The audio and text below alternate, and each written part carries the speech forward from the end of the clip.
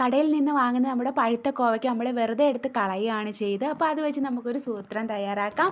അപ്പോൾ ഞാനിവിടെ പഴുത്ത കോവയ്ക്ക കഴുകിയിട്ട് ഒരു 4ആയിട്ട് കീറിയെടുത്തിട്ടുണ്ട്. അപ്പോൾ ഇതിലേക്ക് മുളക് പൊടി, ഉപ്പ്, മഞ്ഞൾപ്പൊടിയും കൂടി ഇട്ട് നന്നായിട്ടൊന്ന് മിക്സ് ചെയ്തിട്ടെടുക്കാം. അതിനുശേഷം ഇതപ്പോൾ നന്നായിട്ട് മിക്സ് ചെയ്തിട്ട് നമ്മൾ ഇഡ്ഡലി തട്ടിൽ വെച്ചിട്ട് നന്നായിട്ടൊന്ന് ആവി കയറ്റുക. കൂടുതൽ അങ്ങ് വെന്ത് പോകരുത്.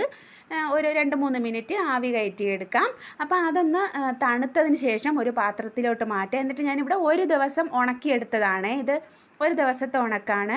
ഇപ്പോൾ ദേ 3 ദിവസമായപ്പോഴത്തേക്ക് നന്നായിട്ട് ഉണങ്ങി വന്നിട്ടുണ്ട്. പിന്നെ നമുക്കൊരു ഇരുമ്പ് ചട്ടിയിൽ വെളിച്ചെണ്ണ ഒഴിച്ച് ചൂടാക്കിയതിന് ശേഷം നമുക്ക് ഈ ഉണക്കി വെച്ചിരിക്കുന്ന കോവയ്ക്ക നമുക്കിതിലേക്ക് ഇട്ട് ഒന്ന് ഫ്രൈ ചെയ്ത് എടുക്കാവുന്നതാണ്. അപ്പോൾ നമുക്ക് നല്ല ടേസ്റ്റി ആയിട്ടുള്ള സ്നാക്സ് ഇവിടെ റെഡി ആയിട്ടുണ്ട്. അപ്പോൾ ഇതെല്ലാവരും ഒന്ന് ട്രൈ ചെയ്ത് നോക്കണം. ഇതേപോലത്തെ നല്ല ഹെൽത്തി റെസിപ്പികൾ കാണാനായിട്ട് ചാനലൊന്ന് സബ്സ്ക്രൈബ് ചെയ്ത് സപ്പോർട്ട് ചെയ്യണേ. അപ്പോൾ അടുത്ത വീഡിയോയിലൂടെ വീണ്ടും കാണാം. താങ്ക്